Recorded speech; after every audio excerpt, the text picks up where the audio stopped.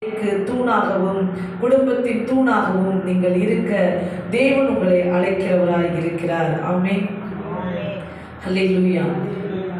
மூன்றாவது சபையில் நான் சொல்லக்கூடிய ஒரு காரியம் மத்தேயு 28:19-20. சபைக்கு எப்படி நீங்கள் தூணாக இருக்கிறதுக்கு மூன்றாவது விஷயத்தை நான் சொல்லுகிறேன்.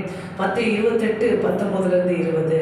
ஆகையால் நீங்கள் புறப்பட்டு போய் சகல ஜாதிகளையும் சீஷராக்கி பிதா குமாரன் பரிசுத்த ஆவியின் நாமத்தினாலே அவர்களுக்கு ஞானஸ்நானம் கொடுத்து நான் உங்களுக்கு கட்டளையிட்ட யாவையும் அவர்கள் கைக்கொள்ளும்படி அவர்களுக்கு உபதேசம் பண்ணுங்கள்.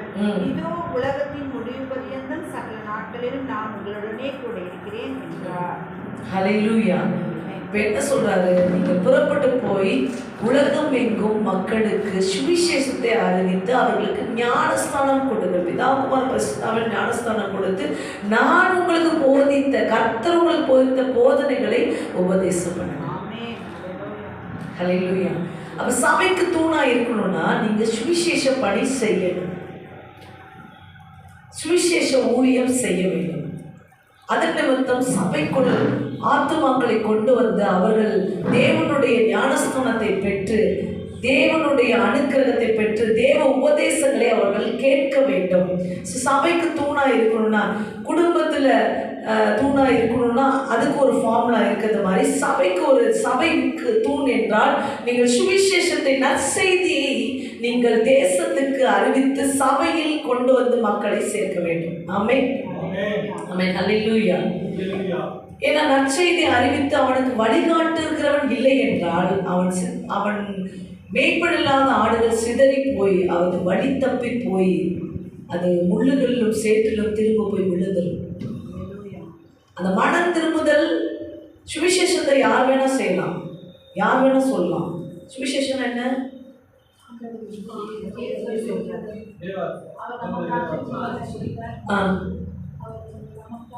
இயேசு கிறிஸ்து சிலுவையில் மரித்து உனக்காக ரத்தம் சிந்தினார், உன் பாவங்களை மன்னித்திருக்கிறார், உன் பாவங்கள் மன்னிக்கப்பட்டிருக்கிறது.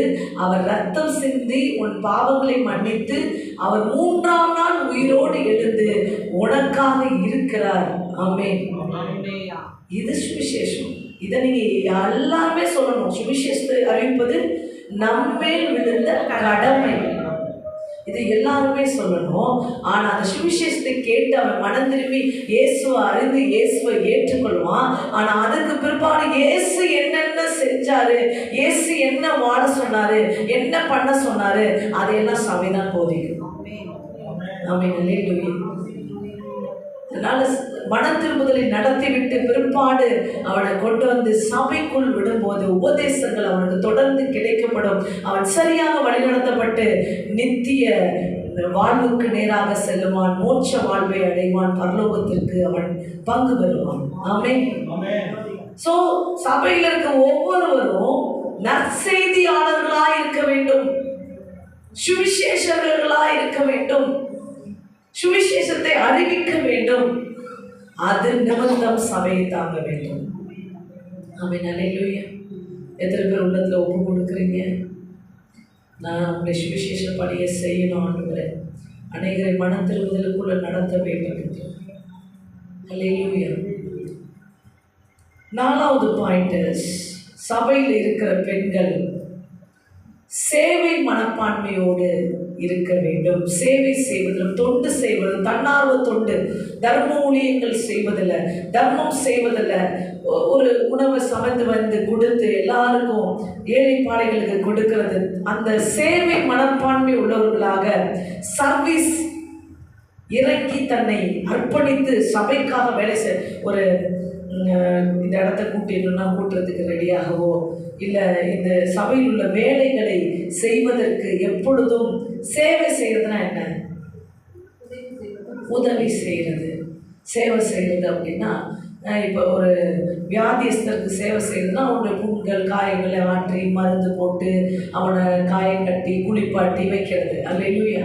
அதே போல சபைக்கு சேவை, சபையோட தேவைகளை அவருக்கு அந்த பணிவிடைகளை செய்வது. ஆமென். அதை நீங்க செய்யுங்க, நீங்க செய்ய சொல்லக்கூடாது. சபை போது தன்னார்வம் மனப்பூர்வம் தானா முன் வந்து இந்த சபைக்கான காரியங்களை செய்ய வேண்டும். ஆமென். இப்படி சபையை தாங்க வேண்டும். தேவைகளை சந்திக்கவும் முன்வர வேண்டும். அது பொருளாதார தேவைகள் இல்லை ஒரு மனுஷன் இந்த இடத்துல ஒரு ஹெல்ப்பிங் இருந்தால் பரவாயில்ல, உடனே நீ போ, நான் போகிறேன், அல்லேலூயா, நான் போய் ஹெல்ப் பண்ணுறேன் அப்படின்னு வாலண்டியராக எழும்பி சபையை தாங்க வேண்டும். ஆமென். 4 பாயிண்ட்டை நான் முதலாவது ஒன்று சொல்கிறேன். 5வது பாயிண்ட்டை ஒன்று சொல்லிவிடுகிறேன். தேவனுடைய வார்த்தைக்கு, வேதாகம வார்த்தைக்கு வார்த்தையை விசுவாசிக்கிறதுல உறுதியாக நிற்கிறவர்களாக இருக்க வேண்டும். ஆமென். ஒரு வசனம் சபையில் சொல்லப்படுதுன்னா அந்த சபையை விசுவாசித்து, அந்த சபை மூலம் கர்த்தர் பேசின வார்த்தையை விசுவாசித்து அதற்கு முன் உதாரணமாக நீங்கள் நிற்க வேண்டும். ஆமென். அல்லேலூயா. வார்த்தைகளை விசுவாசிப்பது நிமித்தம் சபைக்கு தூணாக. சில போதகர்கள்லாம் பேசி முடிச்சுக்குவாங்க, அவர் ஏதாவது சொல்கிறாரு, நம்புற மாதிரியா சொல்கிறாரு. அல்லேலூயா. இங்கே இவ்வளோ பிரச்சனை போய்கிட்டு இருக்கு, அவர் சொல்கிறது நம்புற மாதிரியா இருக்குது. ஆண்டவர் வானத்தை திறப்பாராமே, ஏதாவது கொடுப்பாராமே. எப்படி கொடுப்பார்? சும்மா உட்காந்து கொடுப்பாரா? அல்லேலூயா. இவன் சபையை கலைக்கிறவன். ஆனால் வசனம் என்ன சொல்லுது? 1 கொரிந்தியர் எடுத்து படிங்க. 1 கொரிந்தியர்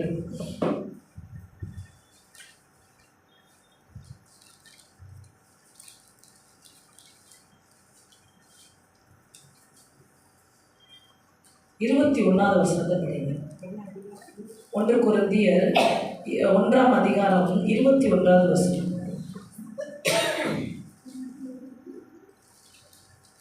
எப்படியெனில் தேவ ஞானத்துக்கேற்றபடி உலகமானது சுய ஞானத்தினாலே தேவனை அறியாதிருக்கையில் பைத்தியமாக தோன்றுகிற பிரசங்கத்தினாலே விசுவாசிகளை ரட்சிக்க தேவனுக்கு பிரியமாயிற்று. ஆண்டவருக்கு என்ன பிரியமா? திருப்பி படிச்சீங்கன்னா தெரியும்.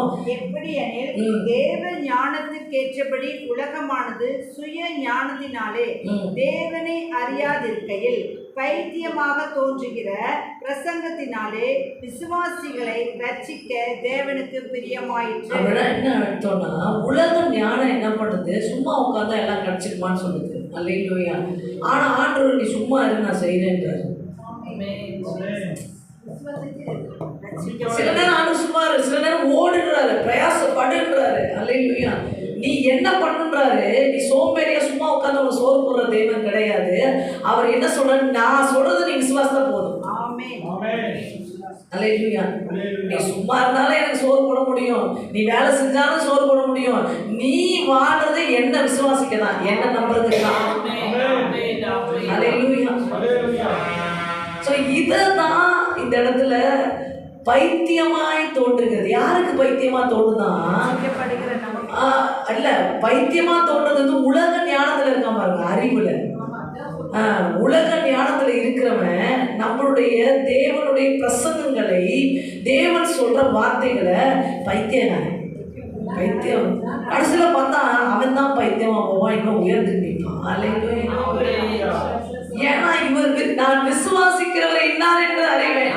நான் என் படத்துல வாழ்றதுக்கே நான் வரலையா, அவரை விசுவாசத்து வாழ்றதுக்கு வந்திருக்கேன். அது உனக்கு புரியாது, எனக்கு புரியும். அவர் என்ன சொன்னாலும் நான் நம்புவேன்.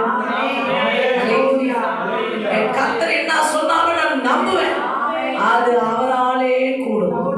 அவரு நிலத்தை கொத்தி நீ விதைய போடுனா போடுவேன், சும்மா போடாம உட்காருனாலும் உட்காரு, அவரு செய்வார்.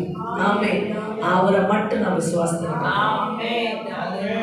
இதுதான் பிரசங்கியார்கள் உங்களை விசுவாசத்தில் நடத்தும் போது இந்த சபையில இருக்கிற சில பேர் வசனத்துக்கு புறம்பாக இதெல்லாம் நடக்குமா அப்படின்னு பேசுறாங்க. அப்படி இருக்கக்கூடாது. நான் இப்ப சொன்னேன் பாருங்க, கொஞ்சம் சற்று நேரத்துக்கு முன்பு, அவரை விசுவாசித்து செயல்பட மட்டுமே நம்மளை அழைத்திருக்கிறார். என்பதற்கு தூண்களாக நீங்கள் இருக்க வேண்டும். அப்படிலாம் பேசாதீங்க, அப்படிலாம் சொல்லாதீங்க. கர்த்தர் சொல்லிட்டாருன்னா அதை விசுவாசிக்கதான் நம்ம இருக்கிறோம்னு சொல்லி விசுவாச தூண்களாக நீங்கள் சபையில் இருக்க வேண்டும். தேவனுடைய வார்த்தைக்கு இதுதான் 5வது விஷயம். ஆமென். ஸோ இப்போ குடும்பத்துக்கு நேரம் நம்ம திரும்புவோம். நீதிமொழிகள் 31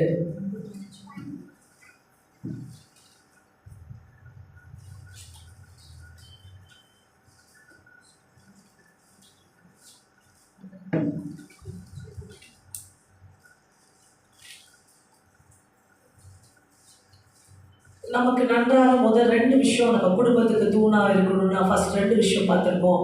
ஒன்று ஜெபம், 2வது உபசரணை என்று நாம் பார்த்திருக்கிறோம். ஆமென்.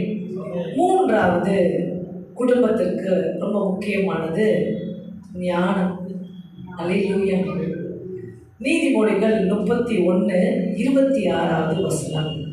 தன் வாயை ஞானம் விளங்க திறக்கிறாள்.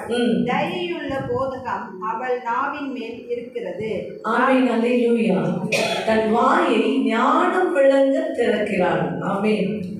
பெண்கள் உங்கள் குடும்பத்துக்கு தூண்களாக விளங்க வேண்டும் என்றால் நீங்கள் ஞானத்துக்காக ஞானமா பேசணுமா?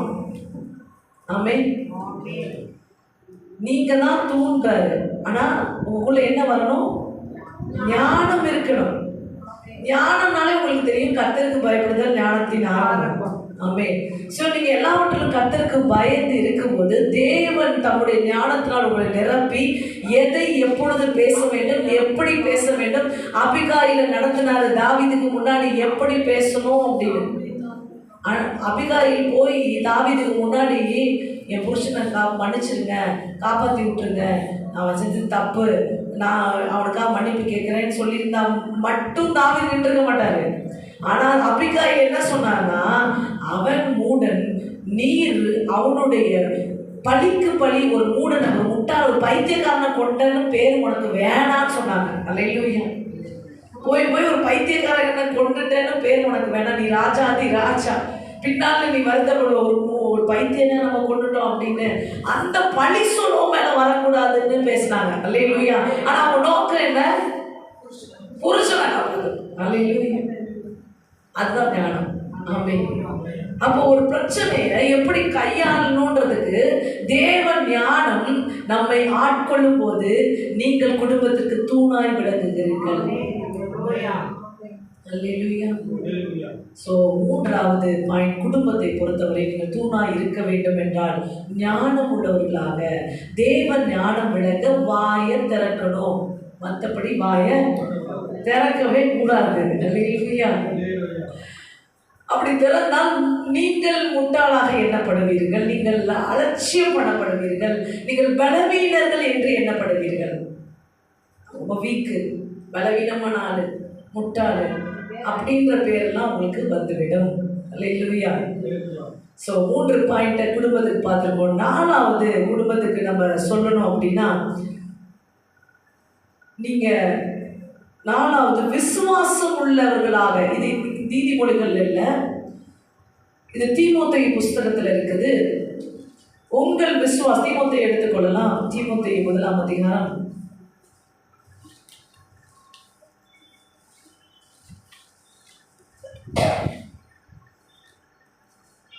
2 தீமோத்தேயு எடுத்துக்கணும். 2 தீமோத்தேயு 1:5.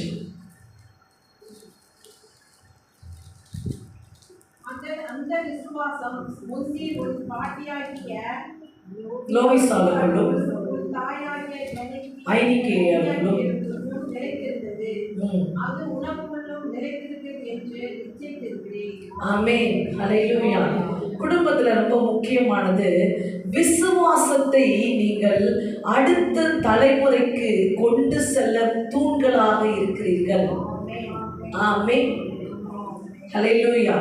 அடுத்த தலைமுறைக்கு விசுவாசத்தை கற்றுக் கொடுக்க வேண்டிய மிக முக்கியமான தூண்கள் நீங்கள். ஆமென். ஆண்டவர் விசுவாசி நீ படைச்சுப்பான்னு சொல்ல வேண்டிய மிக முக்கியமான பொறுப்புல நீங்க இருக்கிறீங்க. விசுவாச கடத்திகளாக நீங்கள் இருக்கு. விசுவாசத்தை நீங்கள் மற்ற அடுத்த இடத்துக்கு கொண்டு போறவங்களை கற்றுக் கொடுக்கணும், லேர்ன் பண்ண வைக்கணும். அவர் விசுவாசத்தான் உனக்கு நடந்து, நீ நம்பினில, ஆண்டவர் நம்பினில, கடவுள் கொடுத்தாரு பத்தியா, கர்த்தர் நீ நோக்கி ஜெபிச்சில, கர்த்தர் கொடுத்திருக்காரு பத்தியா அப்படின்னு நீங்க சொல்லி வளர்க்கணும் அடுத்த தலைமுறை. ஹல்லேலூயா. ஸோ விசுவாச தூண்களாக கர்த்தர் குடும்பத்தில் உங்களை வைத்திருக்கிறார். ஆமென். 4வது விஷயத்தை நான் குடும்பத்துக்காக பேசியிருக்கிறேன். ஆமென். எத்தனை பேர் அப்படி இருந்திருக்கிறீங்க? ஒருவேளை அப்படி இல்லைன்னா இனி வாயத்திலிருந்து பேசுங்க. உங்கள் பேத்திகளோ பேரங்களோ இல்லை பிள்ளைகளோ விசுவாசிக்காமல் சுயத்தில் இருப்பாங்க. இல்லை, கர்த்தரை விசுவாசிக்காமல் பிறகு எல்லாமே பாவமாக இருக்குது.